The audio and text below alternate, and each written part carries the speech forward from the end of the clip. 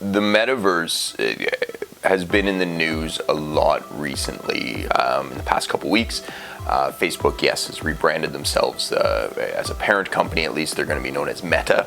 Microsoft and Microsoft Teams specifically are looking to get into it. The metaverse, actually, it's funny, the metaverse was coined by an author named Neil Stephenson in a book back in the 90s.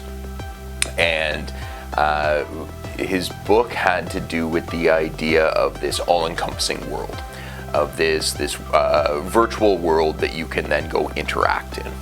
And that's where this is coming from. That's where this term is coming from.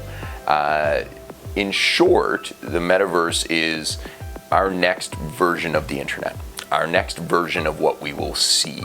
If you think of it as, if you want to use ideas that you might be more familiar with, for those of us that grew up watching Star Trek Next Generation, it's the holodeck, where you would go in and you could create a new world that you'd be able to interact in. That's the way to think of it. So the metaverse is going to be our next generation of social networking. It's not going to be, we won't recognize it the way we recognize social networking now. It's not going to be static user profiles anymore, where we post photos and we do status updates. And even as that's evolved, we've seen as that's evolved into avatars and video and a more interactive experience.